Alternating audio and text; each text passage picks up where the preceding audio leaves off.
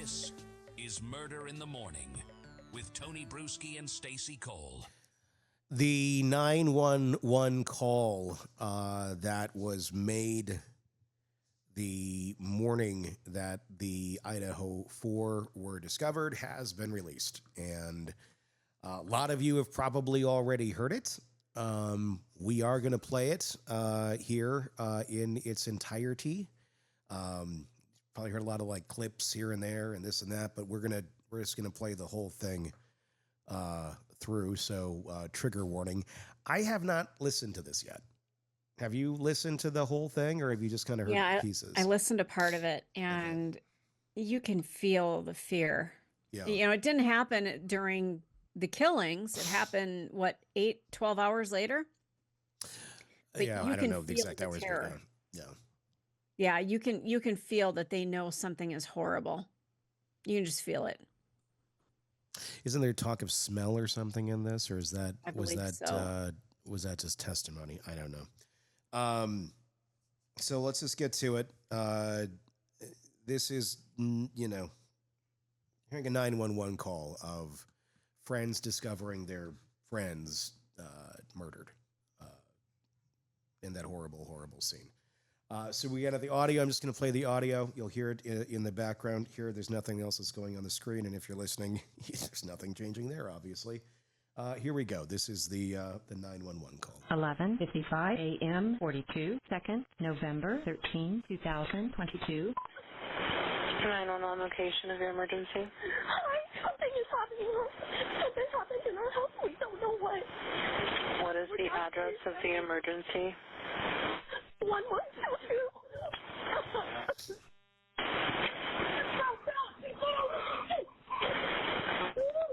What is the rest of the address?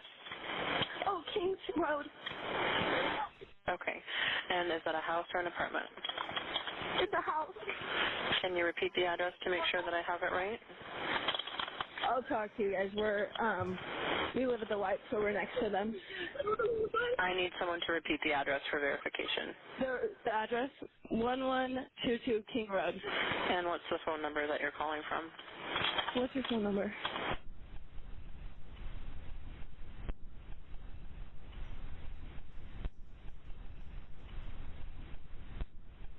And tell me exactly what's going on. One of the roommates has passed out, and she was drunk last night, and she's not waking up. Okay. Oh, and they saw some man in their house last night. Yeah. Hi, and are you with the patient? Okay, I need someone to keep the phone, stop passing it around. Can I just tell you what happened pretty much? What is going on currently? Is someone passed out right now? I don't really know, but pretty much at 4 a.m. Okay, I need to know what's going on right now if someone is passed out. Can you find that out? Yeah, I'll come. Come on, but we gotta go check. But we have to.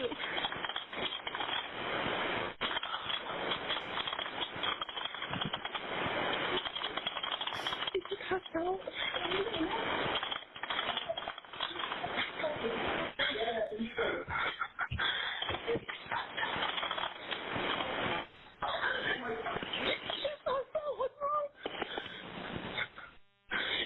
Waking up. Okay, one moment. I'm getting help started that way. Okay, thank you.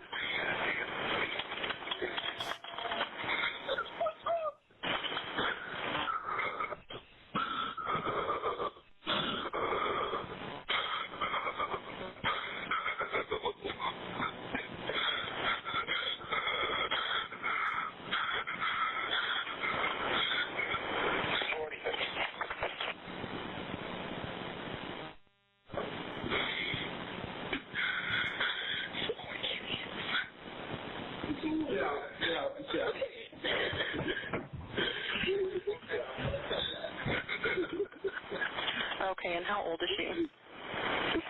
She's 20. 20, you said?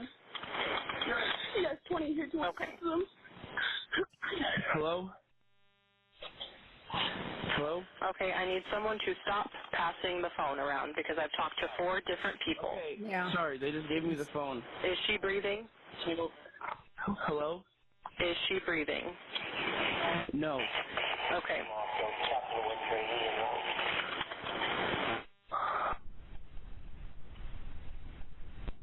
You talk to them, Shay. I can't talk to them. They need you to talk to them. Hello. Okay. I've already sent the ambulance and law enforcement. Stay on the line. If there is a defibrillator available, send someone to get it now and tell me when you have it. Say that again. There's a police here right now. Okay. If there's a defibrillator available, send someone to get it now and tell me when you have it. We don't have one. I think yes. Do you have a defibrillator? Yes, you have one. Are you talking to the officer? Yes. Okay, I'm going to let you go since he's there with you and can help you. Okay, thank you. Bye. Okay.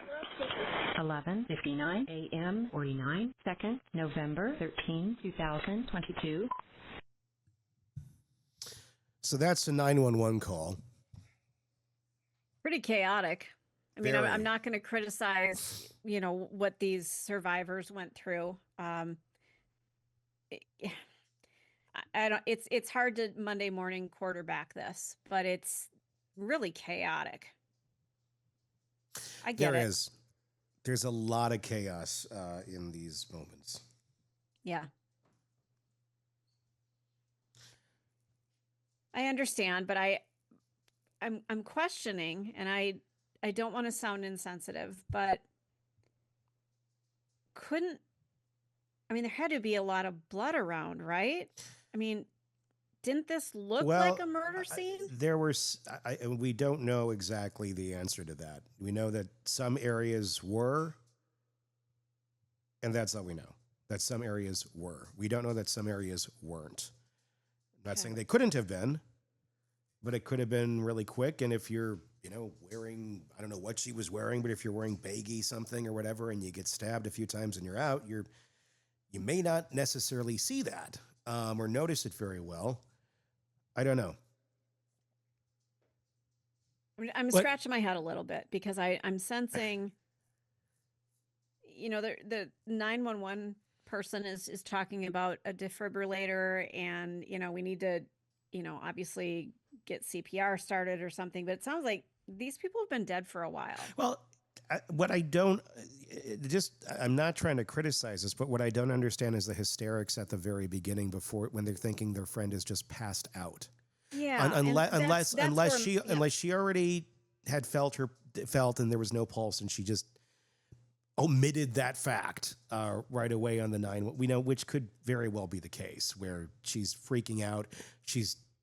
Doesn't know what she's saying or not saying. And maybe she already did realize that she was dead. And the other friend is saying, nah, she's just passed out. They've been drinking. And the other one already knows that she's dead and just, is kind of going along with it as best she can, but she's more freaked out. That probably would make the most sense. But that was just kind of what stood out and be like, why is she hysterical if they just think that their friend's passed out drunk? Yeah.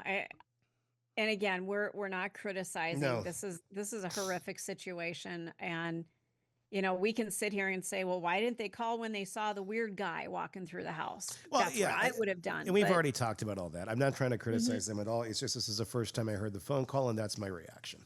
Yeah. I don't think they had anything to do with anything with this other than they were simply there and trying to make sense of this and being young and, not a lot of life experience. And when you don't have a lot of life experience, situations and tragic moments are not necessarily going to be your forte when you come across them.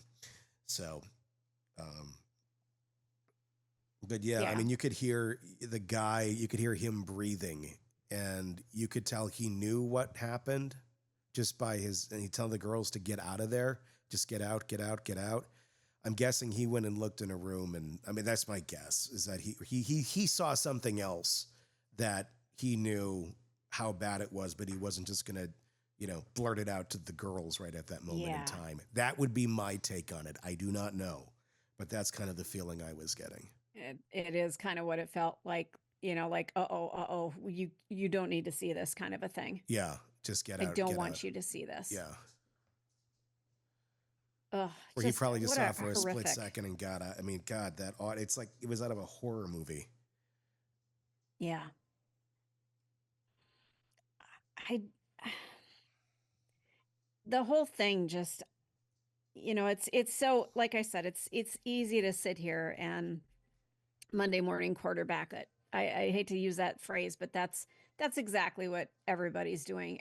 When you're a college student, you're, you know, in your room, you're eating pizza, whatever it is you're doing, you're drinking, and you see weird people in the house.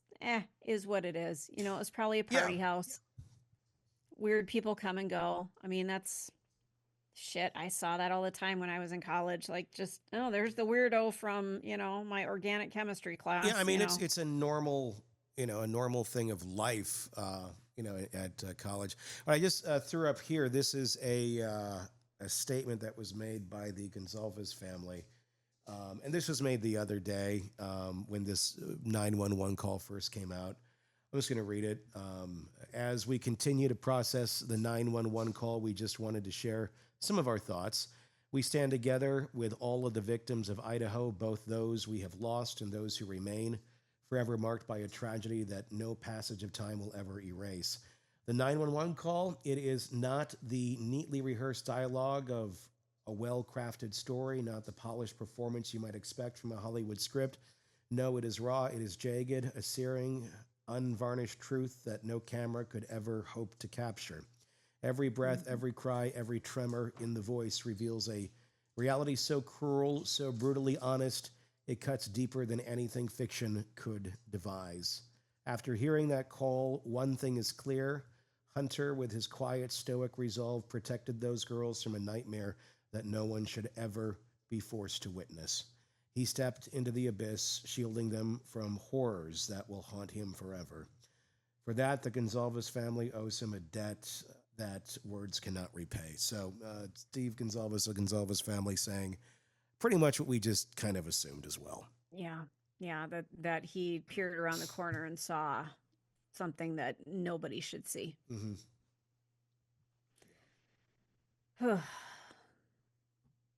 I wonder if we're ever going to know what happened. If Koberger did it, and I'm just speaking from the gut here. I'm just speaking from just, sitting around the table, we're having coffee, we're chatting.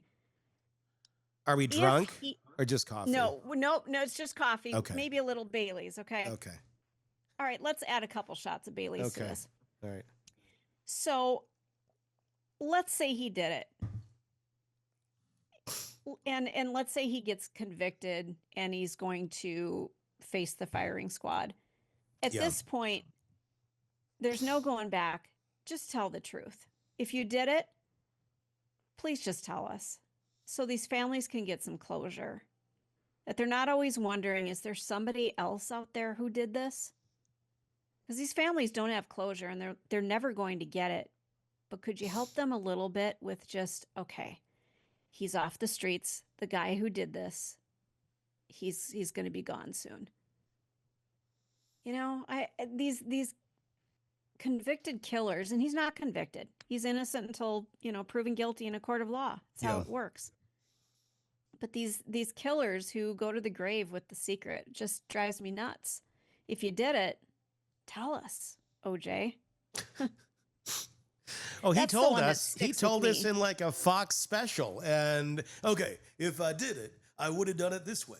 And and then my friend, let's call him Cato. It's like you can watch it on YouTube. It's the craziest interview you'll ever see.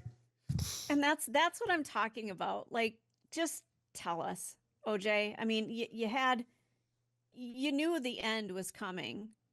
Just tell us.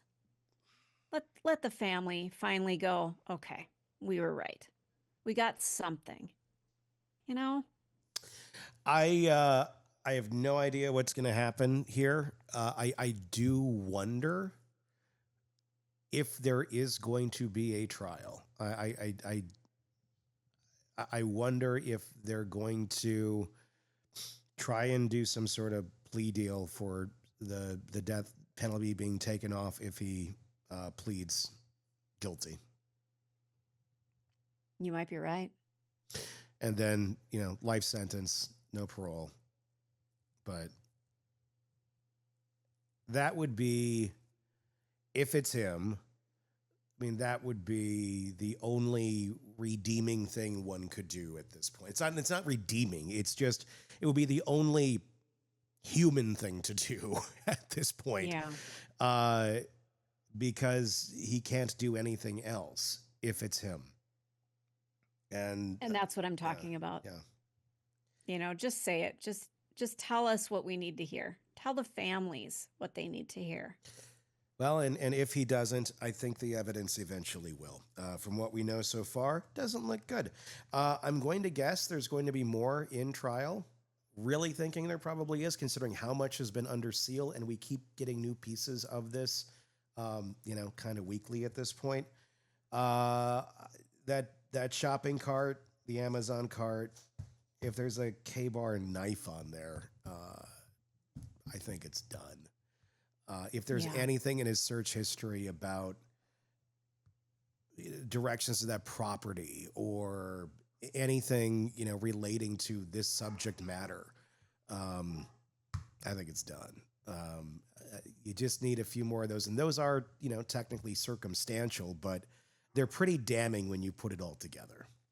Mm-hmm. So I'm very interested in that. That shopping cart's going to,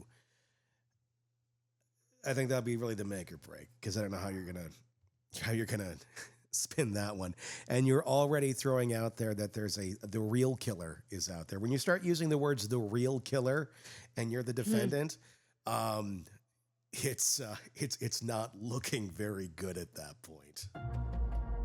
Craving non-stop true crime updates? Press subscribe now and get the latest cases, analysis, and expert commentary delivered straight to your feed. Only from the Hidden Killers podcast and True Crime Today.